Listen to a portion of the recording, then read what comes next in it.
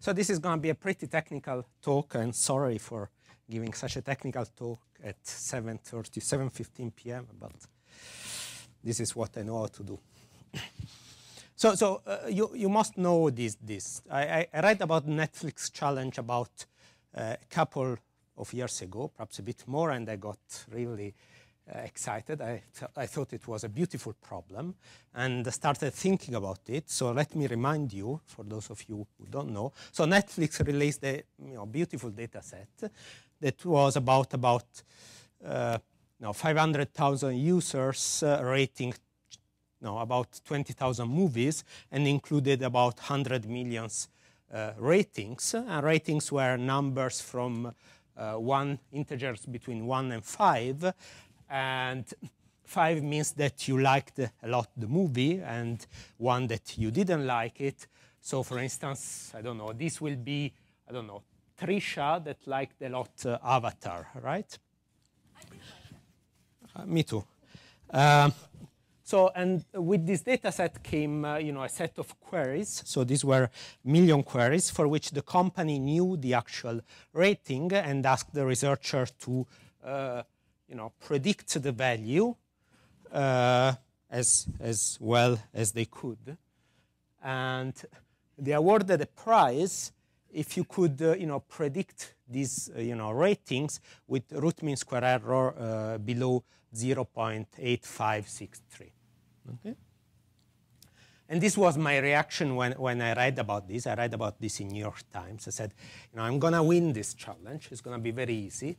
Because, even in the worst case, if I predict for everybody 3, and everybody rated either 1 or 5, the really worst case, the root mean square error will be 2, right? So how hard can it be to, get a factor 2 improvement over that, right? Cannot be too hard. Right? And I really started, coding this, taking this seriously, and, I really spent a couple of nights without sleeping, and then I was teaching very bad classes. And then students started complaining, and then I gave up, right? Pretty rapidly. And I asked me, I turned to math and asked myself, can you make sense of this? Why is this so hard? And, what is the precision that with which one can predict this rating? How did they come with this 0.85? I mean, they have a story of how did they come with this, but how this turns out to be so difficult, right? And just on the edge. Okay. So this is the outline of the talk. I'll describe a model. So this is it's a very simple-minded model. It's not realistic for a number of reasons, but it's a nice mathematical model for thinking about this kind of problems. I'll describe some background and some related work, and then I'll describe one algorithm. This doesn't claim to be, the best possible algorithm for solving this problem, but it's a nice algorithm that has some nice property and that we can analyze. And then some numerical simulations, and finally some directions on which we are working right now. And most of it is in these 2 papers that are, one is for IEEE Transactional Information Theory, and the other is Journal of Machine Learning Research. Okay, so what is the model? Of course, you need some structure, right? You need that this matrix of ratings has some structure.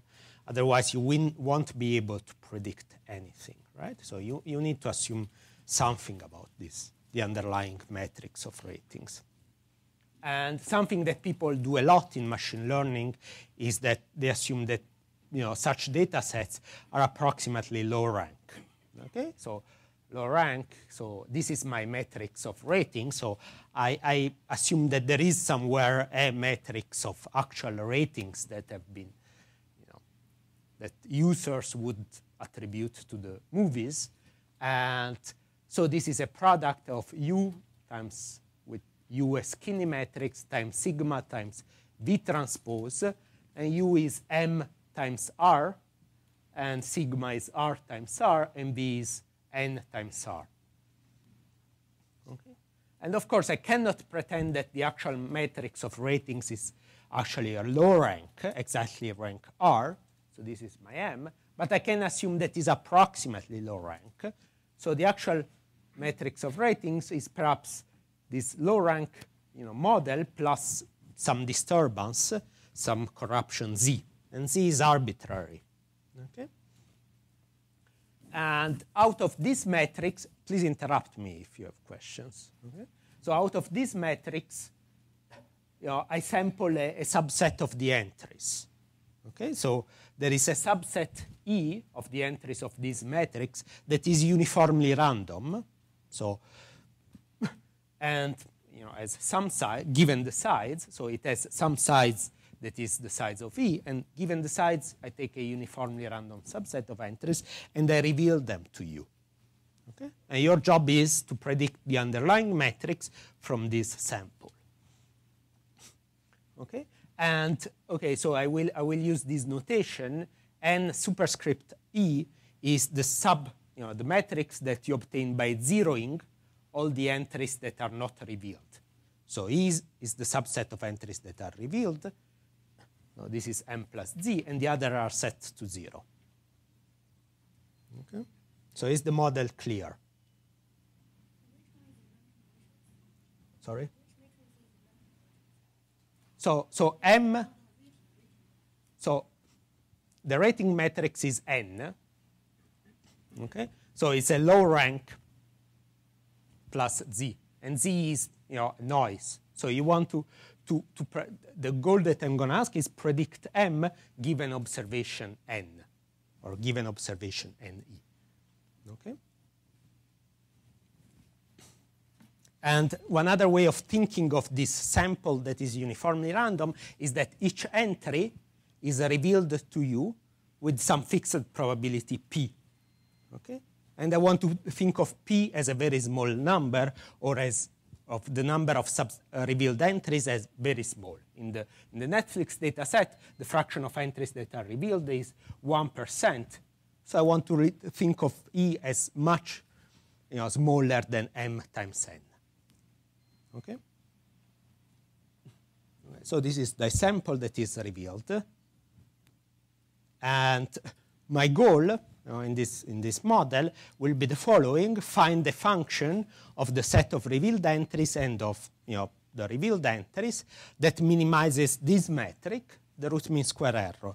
So this is sum over all the entries of normalized of the actual value minus M hat, right? Minus my estimator, square, and square root.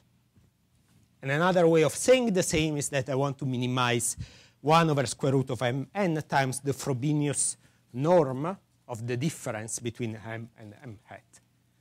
Frobenius norm is the square root of the sum of the squares of the entries. Okay. So is the model clear?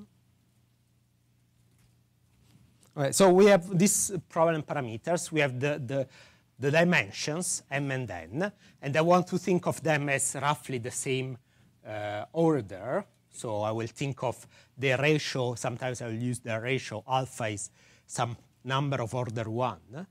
I have the rank, I have the sample size, and I have the noise. Okay, so I think of this as noise. And as a running examples, since I will have a lot of a few theorems, I will give some specific examples. I will have bounds and inequalities, but as an example, I will use ZIAD Gaussian with mean 0 and variance sigma square. Okay, just as for comparing results. Okay, some related work. Okay, so when we started working on this thing, the same model was looked at by Emmanuel Candes and Benjamin Recht, and they came up with this nice hypothesis on the metrics that they called incoherence. So I don't want you to parse this. I will just describe the second one, what it says. So let me go back to the model. So what it says is the following: normalize things in such a way that the average value of each entry, the average square value of each entry of U is 1. Okay? I want that if I look at the sum of the squares of the entry of each row, this is not much bigger than a constant times the rank.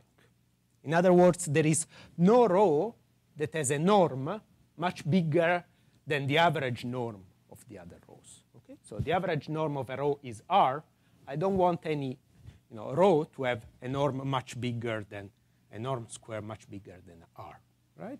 And why is that, that assumption makes sense? Well, because think of the following for a moment. Think of the matrix that is everywhere 0 and there's 1 in one corner, or one entry that is equal to 1. Okay? You will not be able to, this is it's a matrix that has exactly rank 1, right? It's rank 1. But you will not be able to guess that there is a 1 there unless you see all the entries. Okay? So it's very difficult to predict, in a sense, such a matrix. What is the decomposition of such a matrix? Such a matrix has U vector that is 0 everywhere and there's one entry that is 1, and the V vector that is 0 everywhere and there's one entry that is 1. Okay? So this has a singular value decomposition that has singular vectors that are very spiked. Okay? So there is one user that is very special, and there is one movie that is very special. This matrix, you're not going to be able to reconstruct it. Instead, what you want is that the singular vectors are nicely spread out. And then you can try to make some. Okay, so this is a nice assumption. You can try to check it on data. It kind of works. And under this assumption, they proved this theorem.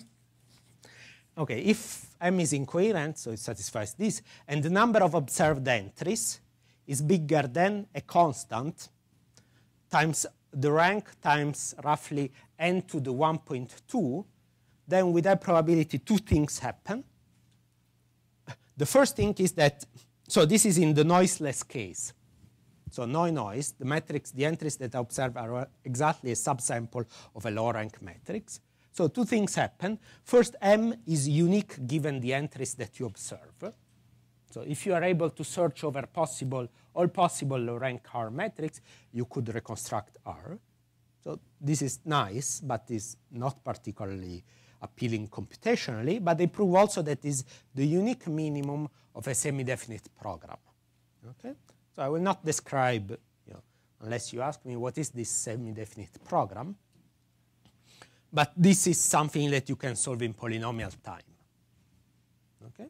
So they proved that if you have this many entries, you can reconstruct exactly, noiseless, you can reconstruct exactly the matrix in polynomial time.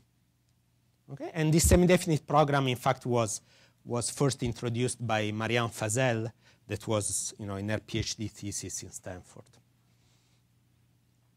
Okay, so this is a nice, we're working on this. This was a nice result, but it has a number of limitations. First of all, if you think what is the number of degrees of freedom of a rank R matrix, okay? And the number of parameters that you need to specify it is about R, the rank, times n. If you think that this square is R times n. Okay? So here, if you come back to the theorem, you are asking n to the 6.5. So is n to the 1.5 entries, observation, per degree of freedom. Okay, so per each degree of freedom, you're asking me, a diverging number of observation. Second is that they, have a theorem that guarantees root mean square error 0, noiseless case. I will be very happy to get root mean square error 0.85, for instance. I mean, there is no hope to get 0 on such data set. And third, okay, so semi-definite programming is polynomial, but okay, depending on the precise assumptions, the complexity is between n to the 4th and n to the 6th, right? And so you want to do it for n equal 10 to the 5. So you cannot do it with out-of-the-shelf program. So they had some simulations in their paper, and the largest simulation was probably on a 50 by 50 matrix. Okay? So you want to go to 500,000. You cannot do it just by taking out-of-the-shelf algorithm. All right? So I want to show just to get some intuition. So we did a lot of simulations with many algorithms on this kind of model. This is a very simple algorithm that I will it's not the one that I will describe, but it's the first one we came up with. So this is a small, I think it's rank 3 matrix that is probably 1,000 by 2,000 or something like this. And here each pixel is a single entry of the matrix. And the color code corresponds to the difference between the actual value and my prediction. Okay? Red means that I'm making a big mistake, and white is that I'm predicting it exactly. So what I'm going to do is I'm going to reveal entries one at a time, and then run in background. I'm not going to run here, but it's essentially as fast as the movie. I'm going to run the program that reconstructs the matrix and update my predictions.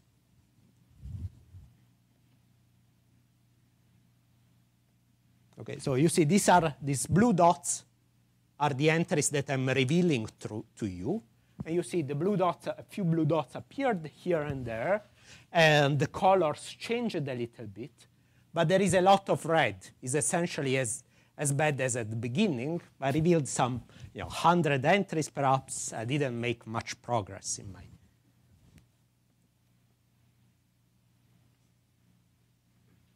Still, I revealed quite a few entries more, and I didn't make much progress. Things changes, but looks pretty much like just noise. So I go on.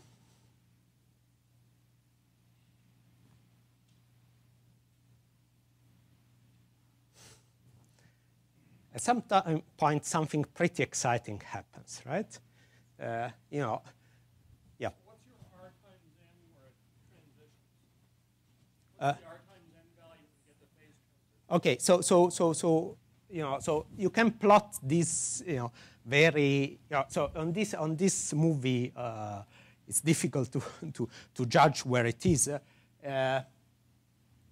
But it's more or less here, right? You saw here at some point that stuff starts becoming, white. So you're beginning to reconstruct everything. So if you plot the error as a function of number of revealed entry, you will see that it's constant. I will not show such plots here, but we have these plots. It's constant, and then at a certain threshold, it starts going down exponentially. Okay? And this point in which it starts going down exponentially, you can do it very systematically, very carefully, and you see that this is clearly a constant times r times n, and the constant is perhaps of order 2. Okay, I can find out the constant, but so this is a noiseless rank formation. Yeah. So and it's like a noiseless reconstruction. Yeah. Okay. So this is the noiseless case, and this is where things are somehow more dramatic. Of course, if I add that noise, everything will become, from red to pinkish, perhaps. But Can you play it again? so it's kind of like a nice way of showing it. okay. Nobody ever asked me this, so No, you kind of make the point. let's play the. See, we're the right crowd for you.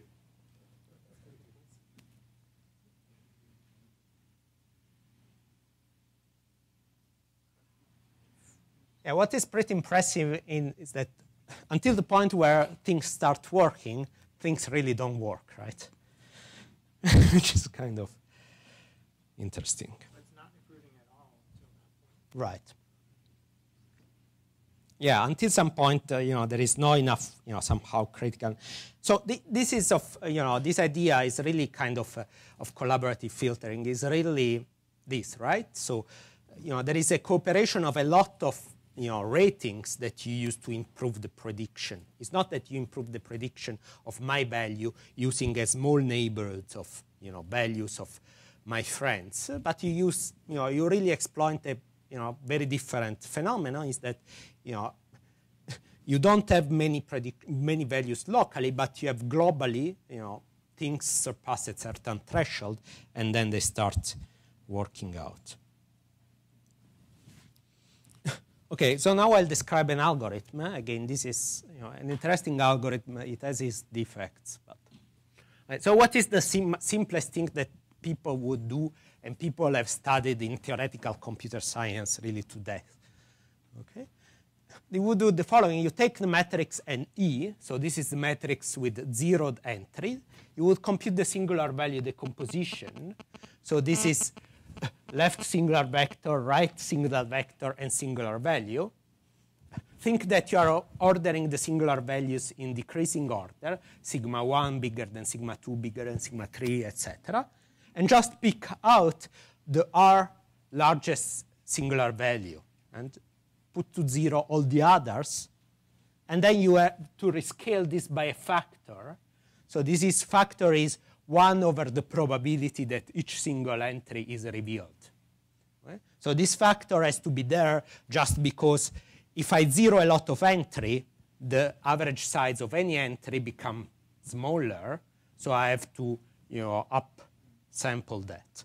But apart from this factor, this is just projecting this matrix that I observe onto the subset of rank R matrices. So I just take the closest approximation in Frobenius norm.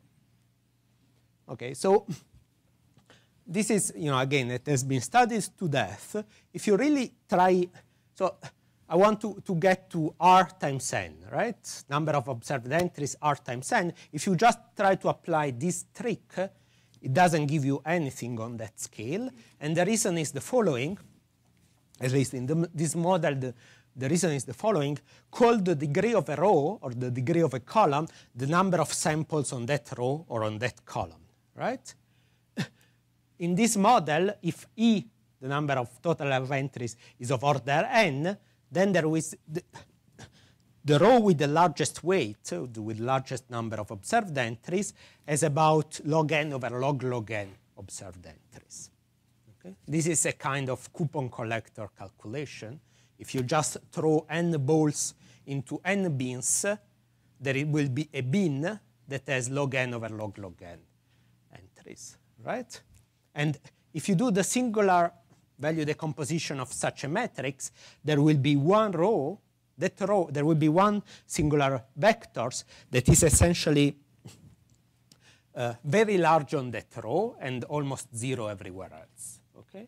That is very peaked around that row, and that has nothing to do with the underlying rank R matrix. This is saying if you have a user that rated a humongous number of movies, and then you do the singular value decomposition, this is going to bias your singular value decomposition in a dramatic way. Okay? So you want to get rid of this guy. So here is not that dramatic. In an actual data set, is more dramatic because there are users that really rated 10,000 movies or things like that. So a simple solution to this is the following.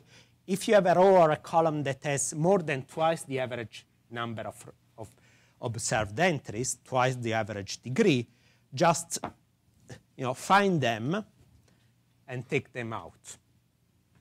Yeah. Why take them out and just sample randomly? Okay, this is a question that they ask me every single time I give this talk. It's why you take them out and not just renormalize it. In reality, I renormalize them. But if I want to prove a theorem, okay, I'm not able to prove the theorem by this is much easier trick to do. But of course, okay, so the basic message is here what it is. You have, it's a simple message. You have somehow to, scale things, balance things in such a way that all users and all movies are equally weighted or equally represented. Okay? All right, so this is, okay, if you put together these two steps, so this is what we call trimming. And you can implement it in many ways, but the first step is you have to trim or balance the matrix, call and tilde the result, and then compute the rank R projection. Right? So this is the naive algorithm. There will be a third step in the algorithm that is less naive, but let's pause for a moment. So what is true about this algorithm? The following is true. Okay, that if all the entries are bounded by a number, say 2, a max here, then these first two steps achieve a root mean square error that has this bound. So there are two terms here. This is very natural. There is one term that is related to the noise, somehow how much is not rank R, and is inversely proportional to the number of observed entries. And there is one term that is there also without noise. It's just a constant times n times R, the number of degrees of freedom, divided number of observed entries. So this is 1 over the observations per degree of freedom. So the error of this method goes down like 1 over square root of observation per degree of freedom. That is really the actual scaling. So apart from this constant, this is actually that you don't already know, we don't really know. We can evaluate numerically, but this is actually what the actual behavior, what you expect to be. And the second term is proportional to the noise. And if you put down, for instance, the example with the Gaussian noise, it behaves roughly like the first term. Okay? So this is telling you, if you give me n times R entries, I can times a big constant times 100, then I can get error 1 over 10.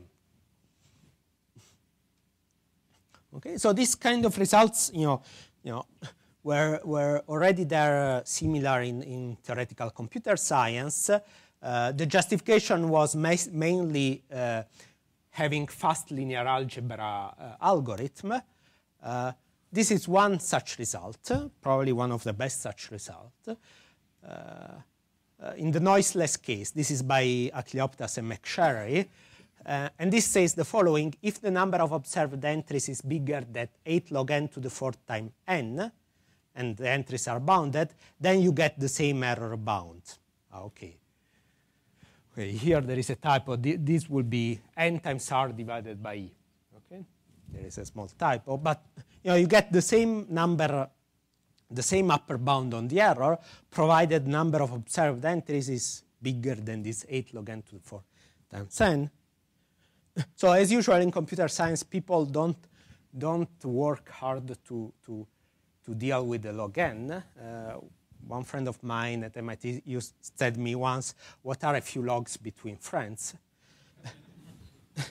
But if you plug a real number in, right? So n is 10 to the 6, 8 log n to the 4th is bigger than n, right? So it's not really true that log n factors are irrelevant. So if you want a theorem that you can claim is applicable in a real data set, you have to take care of the log n's. Okay? So this is one small example. If you take a random matrix of rank 4, of dimension 10,000, and you compute the spectrum, you subsample with this probability, and then you will see one continuous part, and then 4 singular values that pops out very clearly. So this is telling you that the original matrix was rank 4. And just for the sake of comparison, this is the Netflix data. Okay? So you take the Netflix data, you trim it, and then you compute the singular value decomposition. This is how it looks. It looks completely different. There are a few big guys, okay? But it has a pretty different shape. Okay, and unhappily here, what is now nice about this is that it has a very nice sharp edge here, and here it doesn't have a nice sharp edge. What is the meaning of the drop of close to the origin? Yeah, so in fact, turns out that you can explain this shape, this bell curve, most of all by some random matrix theorem. It's related to the distribution. So, here, in my model, in this model, each user watches a Poisson number of movies. Mm-hmm. If you substitute Poisson with the correct distribution, which is, of course, has fat tails and everything. So if you take the right distribution, and the right distribution also for the number of users that watch each movie, and then you compute the corresponding spectrum, you get, almost exactly this shape. Okay? So most of this shape is just explained by the fat tail in the distribution of users and movies. Yeah. Okay, I don't remember. I think by iteration method. But yeah, I don't remember. This I did probably one of the first things I did it 2 years ago. Yeah. Okay, so this is not the end of the story. It's not the most interesting part. This is just the SVD part. Once you get this rank R approximation, what we do is that we try to minimize root mean square error by some kind of manifold gradient descent starting at this starting point. Okay, so I'll try to explain in the next few slides what is manifold gradient descent. All right? So what is the naive objective function you want to minimize? You want to take, okay, half just sum over all the observed entries of the actual value. Let's say that, okay, so this is the value that I observed, minus xy transpose entry ij square. Right? This is a natural objective function, and I want to minimize over x that is n times r and y that is m times r. Okay, this is what many people that this is an objective function that people that do these things try to optimize. For instance, the Corbel, at the part of their algorithm, the winning team at the part of the algorithm that minimize this by coordinate descent. Right? Yeah. Question. Under what assumptions the SVD should minimize that function, right? Because the SVD should minimize it's still an MSC, right?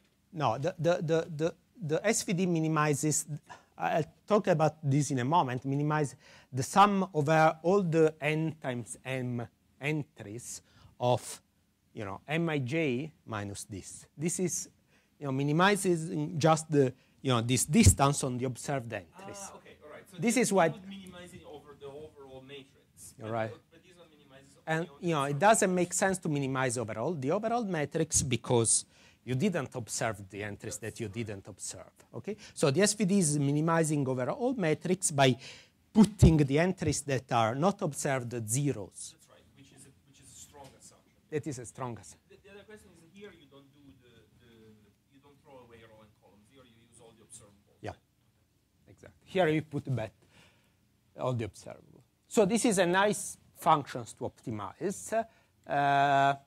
It's a reasonable function optimizer.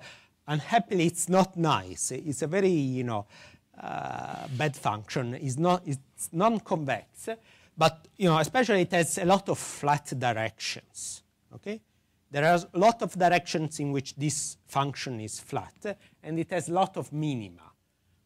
Why there are lots of flat directions? Because you can post-multiply x by any matrix A and y by A inverse, and the function remains the same. If I, for instance, multiply x by a number by 10 and divide y by 10, then the cost remains the same. Okay? So it has a lot of flat directions. So we want to get rid of this flat direction. Right? Okay, so this is why we think of it on the manifold. One first thing that you can do is think of this. So this is one way of writing a rank R matrix. Another way of writing a rank R matrix is saying that this is x times s times y transpose, where x and y are orthogonal. So x transpose x is the identity, and y transpose y is the identity, and S is a R times R matrix. Okay? And now this function is a function that takes three arguments: an orthogonal matrix, and then R by R matrix. So this is a skinny matrix, and a square matrix, and outputs a number. Okay, and okay, so here the orthogonal manifold is the set of all matrices that are M times R, such that X transpose X is equal to the identity times M. No? So this takes out some flat directions, but not all of them, because again, I can rotate X by anything, and rotate Y by the same thing, and then you get the same object here. I mean, you can reabsorb any rotation in S. Okay, so this has again a lot of. It's an overparameterization of the problem, right? Yep. What's wrong with having flat directions? Well, Well, you expect that, things. So ideally, you want something that converges quickly. Suppose that you are close to the minimum, right? So you want something that converges quickly to the minimum. If you knew that the function is, if you have a function in n dimension that is essentially x squared, okay? So all the, if you look at the Hessian at the minimum as all the eigenvalues of the Hessians are equal to 1, then essentially anything that you do, for instance, gradient descent converges in one shot. Coordinate descent converges very rapidly, etc.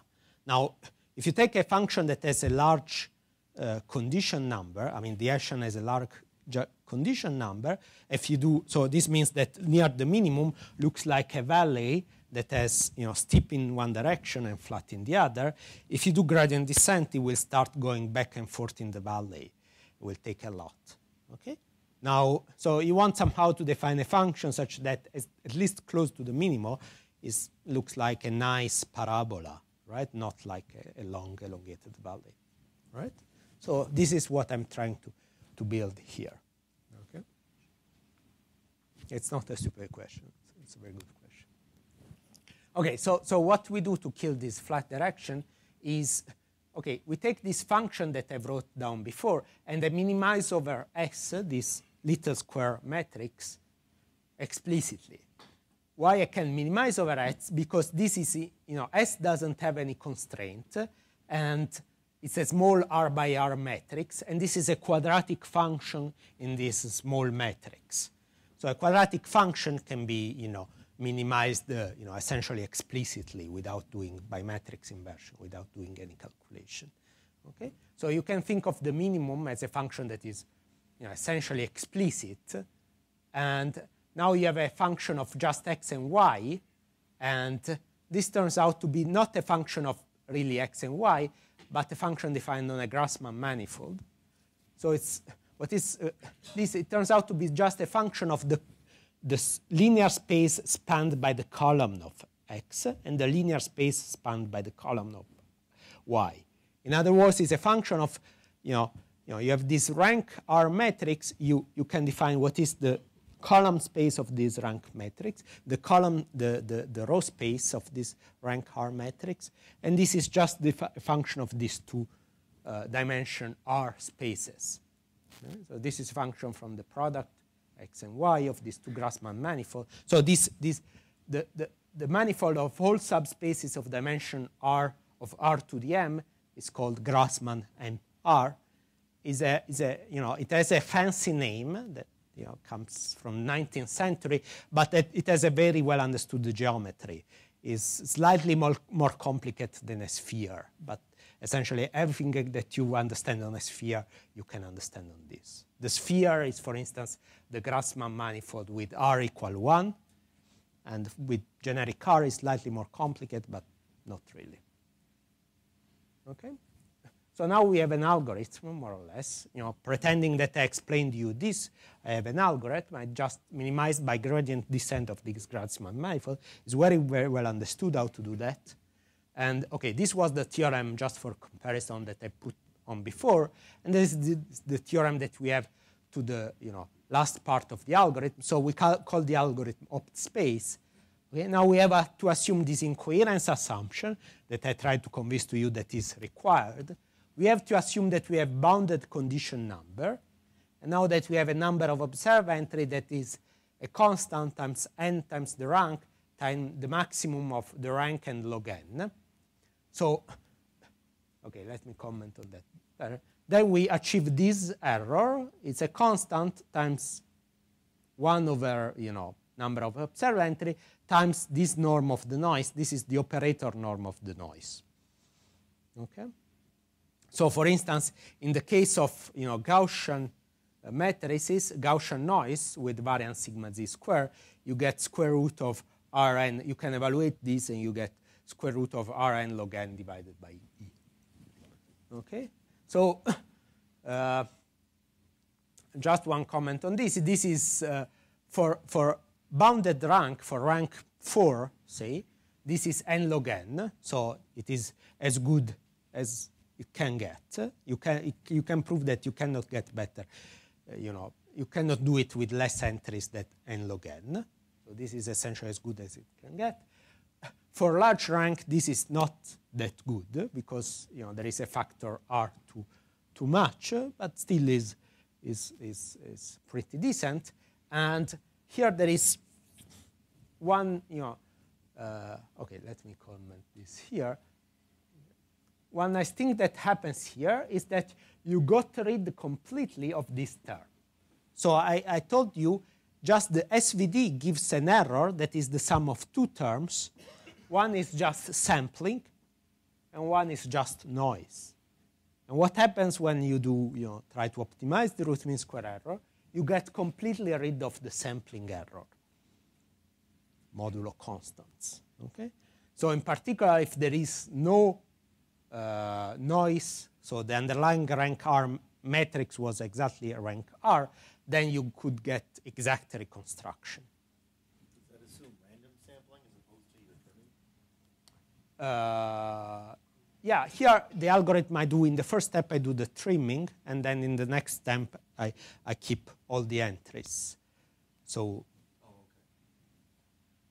okay. Well, I guess what you were asking is there any other assumption on this distribution of your observable except the fact that they are incoherent? No, the matrix, there is no assumption except the fact that it is incoherent. Now, you can ask about that.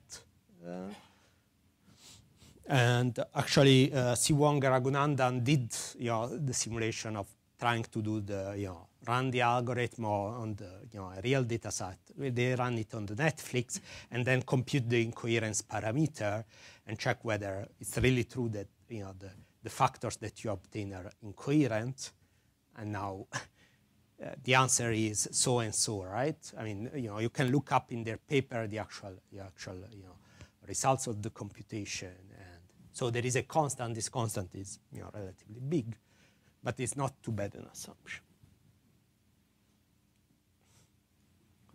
Okay, so here there are two things that at least are very interesting, I think. One is related to what you were asking before. What the SVD does is just minimizing. So call PE the projector that is on the observed entries. That is the operator that takes a matrix and sets to 0 all the entries that are not in E. Okay? So this is zeros everything. So what the SVD is doing is minimizing the Frobenius distance norm of PE of n minus XS Y transpose. Okay? So it's just no, the SVD is doing this, is minimizing Frobenius distance of Pn minus XSY transpose. While this algorithm and other similar algorithms try to minimize P of n minus XSY transpose. Okay? So this is putting no weight on the entries that are not observing. This is penalizing entries that are not observing. And it's clear that this makes much more sense. But what is impressive is that it works really much better mathematically. And the second surprise is that instead of getting an error that is noise error plus a sampling error, you get just a noise error divided by a sampling factor. Okay? So these are really two things that are qualitatively different. Okay? So, okay. So the same moment as we published this, I told about this semi-definite programming approach. At the same time, so they improved this result with Terence Dow and others, and at the same time they came up with an improved result for the SDP approach. So they can prove that if you have a number, for instance, if you take the result from this paper, if you have a number of observed entry that is C times R times N times log N to the 6, then this semi-definite programming achieves a root mean square error that is, depends on the noise and this kind of a bit complicated expression. One big difference is that here they obtain the Frobenius norm of the noise. while we have the operator norm of the noise.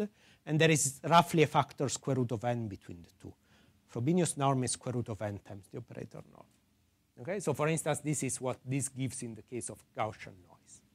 And this was also improved. This condition was improved by Gross and co-authors.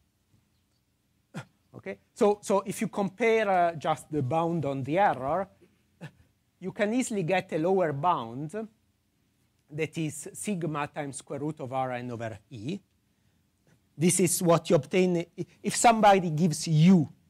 You have to construct U and V. If somebody gives you U, so you have an oracle that gives you that information, what is the root mean square error that you would achieve? Okay? So this is somehow the minimal. If somebody gives you U, it becomes just a simple least square problem. You can compute analytically what is the error that you obtain, and this is the error that you obtain. Okay? So the error bound that we have, this is for Gaussian noise. The error bound that you obtain is a square root of log n factor bigger. The error bound that they have proved is, well, quite a bit bigger because it doesn't even have the correct scaling. Okay? It diverges with the dimension. Okay? So as far as the bound, the bound in the noise case, we have, I think, the best bound to date. Okay, so all of these theorems are with, there exists a constant such that, and they are a bit unsatisfactory because you say, okay, is the constant 1 billion or is the constant 1, right? It makes a lot of difference. And it's really difficult to compute these constants in the proof, right? So this is one simulation again with the random matrices. This is 1000 by 1000, rank 10, and this is the probability of success of various algorithms.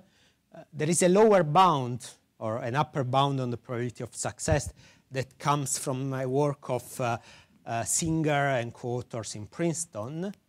And these are various algorithms. So closest you get to this lower bound, the better you are. This is Admira is an algorithm by Joram Bresler at UIUC. SVT is an algorithm that tries to minimize to solve the semi-definite program rapidly, is by Kai, Candes, and Shen. FPCA is a Bregman iteration by Goldfarb and co-authors at Columbia that also tries to minimize solve the semi-definite program. And okay, this is our algorithm. The blue is our algorithm. And okay, so this is a noiseless example in which you reconstruct exactly and you compute the probability of success. This is a noisy example. This is actually an example from a paper of Candes and Plan. This is the root mean square error versus the number of observed entries. The red line on a 500 matrix, the red line is this oracle lower bound based on least squares. And these are various other things. This is what just the SVD does, the black line.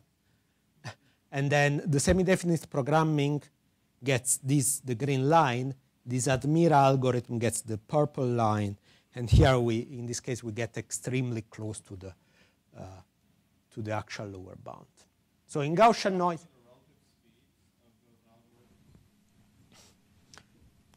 relative speeds of those algorithms. Of course, okay. So this is black line is just doing the singular value decomposition and take the first 4 components. This is essentially doing. In this case, I guess after 5 iterations, we get already there. So it's 5 times more complicated than the same definite programming. The Admira is essentially the same. I don't remember how many iterations did we run here. Here, in this case, this is really a curve that we took from the Candes Plum paper. And okay, I don't remember whether they took an out-of-the-shelf program for doing semi-definite programming, in which case it took them a lot of time. I think this is what they did. They just used probably CVX or something like that and solved it using that. So it took a lot of time. There is this algorithm by Goldfarb and other FPCA. It is pretty fast. I think it's comparable with ours. SVT is really fast, but is somehow throwing away something. I mean, it works. It's kind of suboptimal. It doesn't always minimize the semi-definite program. So the idea is because you get a complex space, and then you converge really fast. Because 5 iteration is really fast for gradient descent. Well, the point is that the point is that once you take out all this flat direction, this function is really nice near the minimum. And each gradient step is computationally as complex as an SVD. Right, it's even easier in reality, but let's say it's complex. It's just you have to compute the gradient. That there is an explicit formula, and then so there is a few matrix multiplication of that dimension, but there are always matrices that are n times r. So there are a few matrix multiplication of order n times r. Right? But so it's probably an overestimate saying that each iteration is like an SVD. Okay, in the last 10 minutes, I want to discuss a couple of things that we are working on right now. Right? The first thing is regularization. Here, so this is again my model. N is, the matrix that I observe is n plus z, and I observe a uniformly random sample, and so I observe entries n plus z on set E and 0 otherwise. And here I try to construct a model that really has rank R, say rank 2, if 2 is the actual rank, and fits as well as possible the entries that I observe. But it's clear that if Z dominates over M, so if there is a lot of noise, I will be fitting just the noise, right? So I will have a high dimensional fit of just pure noise. So this doesn't make sense. I would be doing overfitting. So I need something to get around this. So this is just one example in which you see this phenomenon. Here indeed we run just coordinate descent. This I did at the very beginning of this project. And I take some rank 5 matrices and I do coordinate descent. This is kind of the training error. This is the red is for a real matrix of rank 5, a random matrix of rank 5. You see that the training error goes down. This is much slower. It's because it is coordinate descent. And this is prediction error. If it is a really rank 5, also a prediction error goes down. And this is if I'm trying to do the same on just random data. Of course, the train error goes down, but the prediction error goes up. Just fitting noise. And the green is the Netflix data. Okay? So how to regularize this? This is one way that we came up with. So this was our original cost function. We had somehow, so we have this matrix S here that we're minimizing over. It's essentially is the matrix that contains the singular values. We add the sum of all of the entries square. So it's like adding the sum of the square of the singular values times a parameter lambda. Okay? And okay, so we can prove also something about this. This is a simulation.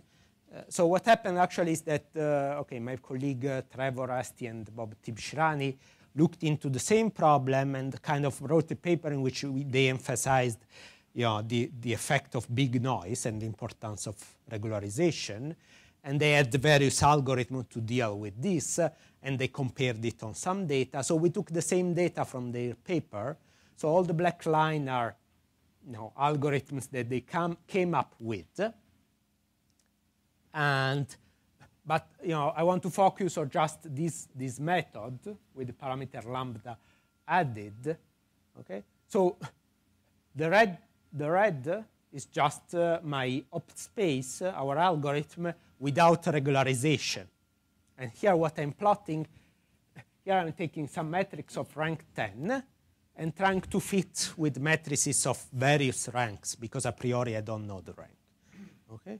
And if I just do the OpSpace, I will see this red curve that is the error, the train error goes down with the rank pretty dramatically, but the prediction error is high. It's higher than, most of the other methods. I mean, it's comparable, but it's higher than all the other methods that they had. Okay? So now we add these regularization terms. Now the prediction error, the train error behaves kind of more nicely in the sense that it has a nice kink around 10. So kinds of, if you just see this, you are able to say that probably you don't want to use a model with this rank. And the prediction error has, a nice sharp minimum around 10. All right? So building better, ways of regularizing these things is pretty important in this, especially in this kind of collaborative filtering problems. Right. There is one other problem that we are working on, and this is positioning. Okay, again, this is a pretty old problem. It's been studied a lot in sensor networks, but I think that there is some space for really interesting improvements using these algorithms. So what is the problem? You have points, sensors, or wireless smartphones, and somehow they are able to measure pairwise distances. But you can measure pairwise distances between this point up to some maximum distance, up to some radius r. Beyond that radius r, there is no power enough to get the thing, or perhaps the precision goes down, etc. Okay? And the question is, okay, you have now these pairwise distances. Can you find the positions of all these points? Okay? And of course, when I say find the positions, I mean find position up to a rotation, because if you know the distances, you can always rotate all the points and get the same distance. Okay? And let's say sensor network setting, this has been studied for a while, but there is some interest in this more recently, especially with having in mind indoor positioning. So these are perhaps again smartphones, and you want to locate people in a building. Okay, what is the connection here with this problem? There is a pretty trivial connection that you cannot see at the moment, is that if you take the matrix of square distances, so call xi the position of, say, user I, if you look at mij equal the distance between I and j square, then this distance is rank 4. So, if you think half a minute to it, you realize that this is true. This is in 2 dimensions. In general, it has rank d plus 2. So for all practical application, has rank either 4 or 5, if you're interested also in the height. Okay? And now you have the square distances between a subset of points, all those that have distance smaller than r. And the problem of reconstructing in the positions is equivalent to the problem of reconstructing all the distances, the pairwise distances, which is equivalent to completing this matrix of rank 4 or 5. Okay? So this seems to be a pretty direct applications of this problem. And indeed, if you read the introductions of all papers on this topic, they mention this as an application. Nobody has checked that this works. And in fact, if you do it a bit naively, it doesn't work, because there are a number of things that are different. And the most important is that even if you measured, okay, there are 2 that are also important. One is that noise is much different, especially indoor. And the other is that you want a distributed algorithm. You cannot do fancy stuff. But there is one even more elementary, is that here, the model that I had for the Netflix challenge was that entries were sampled uniformly at random. So the probability that I watch Avatar is p, independently of me and the avatar, right? Which also is a bit of unrealistic. But in this case, it's outright false, right? You measure all those entries that are, all those distances that are smaller than the cutoff, right? So you have an extremely biased sample. So for instance, if you do directly the SVD, you get essentially nothing. Okay, so you can adapt some things. So you can massage the algorithm and change a few things, and we started working on that. I'm not going to discuss technicality, but again, there is the same phenomenon comes up. Here is, again, a small simulation in which I put n points at random in a 2 by 2 square. Okay, so I put them uniformly in a 2 by 2 square. I set some radius r. I measure exactly all the distances with, which are smaller than r, and I tried to apply some variant of the algorithm that I described to this problem. And then I recall on which fraction of the instances I succeed in reconstructing the positions. Okay?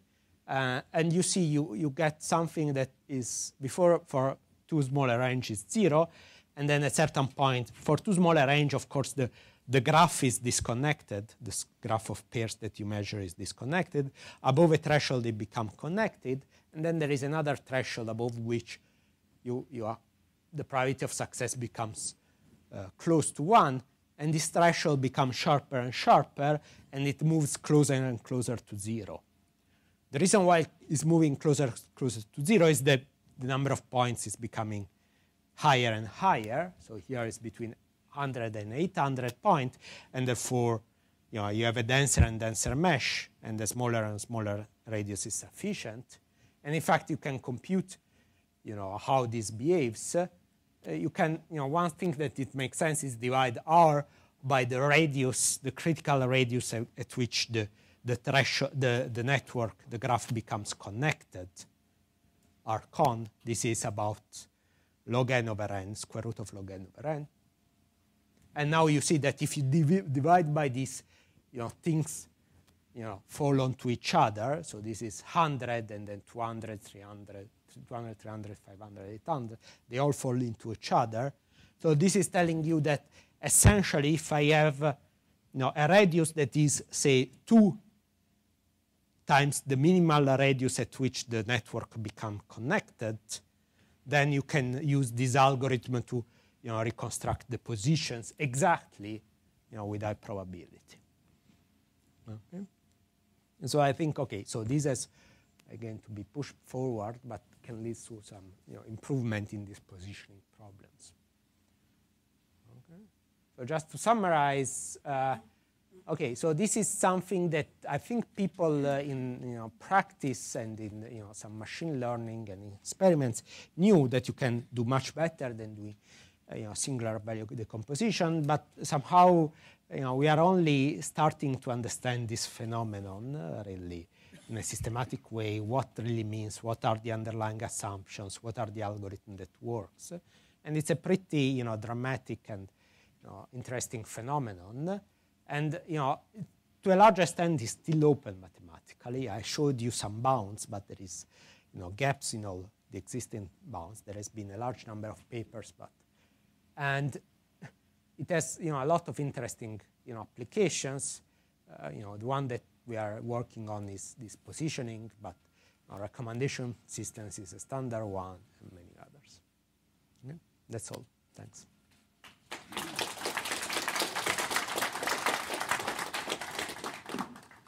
Question was whether we have any recommended software for doing manifold gradient descent.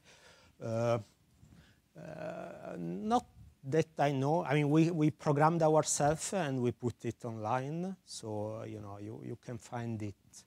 I think it's linked from my page, surely from the pages of my students, and it's coded in C. I don't know if they put also the MATLAB version. So it's coded in C++. Thank you. And the next question is, there are recommender systems that use not just matrix factorization, but also neighborhood terms and other terms.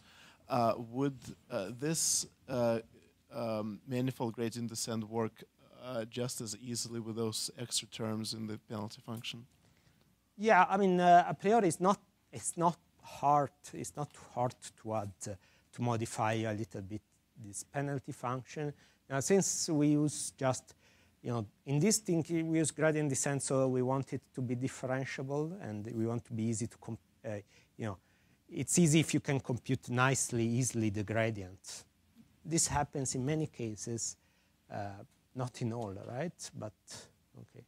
So there are other things, other algorithms I didn't talk about here that you can add non-differentiable terms. But as long as you put terms, for instance, for neighborhoods that are analytic in the factors, it shouldn't be too hard. So they are powers of the factor. It shouldn't be hard to compute the gradient. Thank you.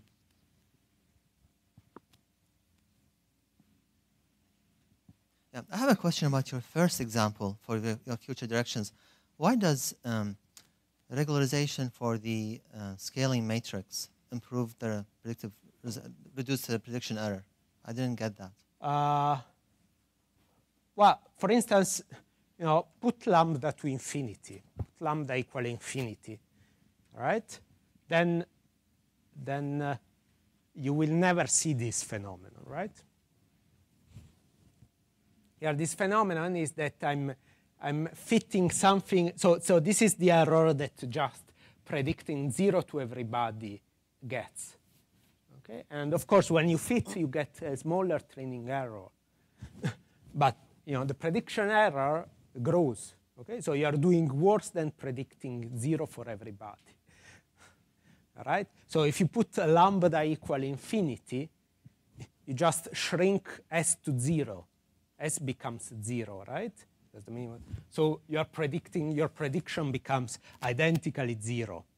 Right? So if you, in particular, the best lambda will be better than the original thing that is lambda equal to 0, and predicting 0 to everybody that is lambda equal to infinity, right? So you want to, it makes sense. You are adding noise to your data, and then the simplest thing is you observe a low rank matrix. You take a rank 1 matrix. You put Gaussian noise on it, okay? And now you want to reconstruct with the original matrix with lowest possible root mean square error, right? One thing is you just do the SVD and take the top singular vector.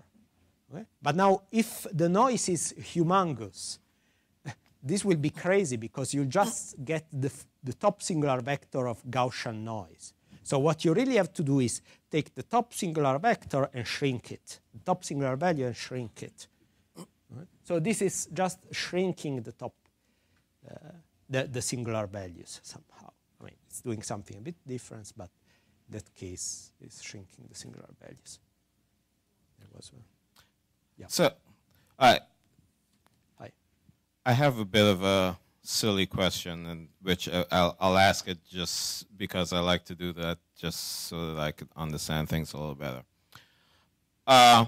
One of the sources of the suboptimality of the SVD approach is that there are zeros there are zeros associated with the things you don't know. Right. Right? So if rather than having those terms start out as being zeros, but start out as being a best guess, a blanket best guess, does that change anything, part A? And part B, as you're doing the updates and you're doing you continue to do some of these calculations of the SVDs, would some process where that best guess about what the unknown terms are as you improve that, does that improve the algorithm? Okay. So the first question, that is, you are perfectly right. If you have a first guess, this improves. And one example in which this shows dramatically is this one. Okay? If you take this and you take the matrix of square distances, I told you that is rank 4. Okay? So now take the matrix of square distances and set to 0 all the distances that are the entries that correspond to distances that are bigger than my radius r. Do the SVD of this. You get some positioning of the point. This positioning is good enough to be thrown in the in the waste bin, right? It's horrible. Why? Because the best guess for the distance between this one and this one is not 0. The best guess for distance of 2 points that is bigger than r is not 0, right? And in fact, the thing that we do, and is done in the sensor network community, is that since we know the distance between this and this and this and this and this and this and this and this, etc., we compute the shortest path and use that as a first guess. Okay, then we do the SVD. Okay? Now we get something decent. What you then don't get doing this, and this is the second part of your question, you get something decent. You don't get this phenomenon or this phenomenon. You don't get exact reconstruction. You do just this thing with the first guess. You get some SVD. You get approximately good positions, but not exact reconstruction. Now, if you minimize the error, what you get is you start with this good first guess, and you get exact reconstruction. Now, there is an interesting question: is can you do the same for recommender system? For instance, you know the rating of A on movie B, or user I of me on Avatar, or you on Avatar, or you on The Lord of the Rings, and somehow you compute some distance, and this is first guess on this. Excellent. That's where I was going with that question. Yeah, so possibly. We didn't try it. We will try it probably. But yeah, it's a good point. So there was one graph where you showed as the n varies up to 500 and the root mean square error of different algorithms, the OPT space. Right. So I'm wondering in the Netflix data set, what is that varies up to? So as you say that if you have 500 observed, Yeah. things. So, and when it's 500, these things are very close to each other. All the algorithms are getting like similar RMSE. Right. Right. So what was that number okay. on the Netflix data set? So where is the, so this is the number of entries divided by n. So this 500 corresponds to observing the whole matrix. Okay. Okay. So in the Netflix, you actually observed 1%. Okay. Right. So Okay. it's far a bit. Okay. I mean, so this I showed here because it's, we compared with this semi-definite program, and we didn't want to cheat. So there was this paper by those people that they used that example. So we wanted to use their example to show that our algorithm worked. Right? It's not that it's a particularly meaningful, and it's true that somehow, but it has, it shows clearly this interesting phenomenon here is that when you do semi-definite programming, even if you observe all the entries, you get an error bigger than the singular value decomposition. That is kind of, it's a bit unsatisfactory, but okay, here you will get all of them are kind of. Okay, thank you. You have the trimming stage, and then you have the minimize R² stage or the gradient descent stage. Is there a way you can attribute how much of the accuracy or the improvement comes from the trimming stage, and how much comes from the, like for example, on the Netflix data, how much? Yeah, I mean, or on the image compression example. I mean, again, the trimming I described in this way. Somebody asked me, why don't you just shrink the entries, renormalize these entries? In reality, when we do it in practice, for instance, on the data set, we normalize the entries. Okay. We don't trim it here. We tried also to trim it, but the best is just, okay, perhaps you eliminate a few outliers that are really, outrageous, but then, you really reduce, normalize the entries in such a way the L2 norm of any row is constant, for instance. So you divide the entry by the variance of the row and the variance of the column. And now saying how each steps, contributing in that data set is pretty difficult, because actually there are simple tricks that have, huge impact. For instance, I guess was discovered by several people that if you look at the grand average, total average of the ratings, it has a jump of 0.2 around 2007. I don't know why. I don't know if anybody knows why. So there is a jump in that. So if you just subtract the overall mean, you miss that jump, right? So if you know that there is such jump, so you normalize, you subtract the year by year mean, you get a pretty significant improvement. So what I'm saying is that if you look at that data set, there are really, and if you want to get a decent score, you want really to apply a series of pretty simple, but pretty important tricks such as this, and that have more impact than, for instance, trimming versus normalizing, or how exactly you normalize things. So, in the end, I don't know. I mean, I can answer on the model, but Sure.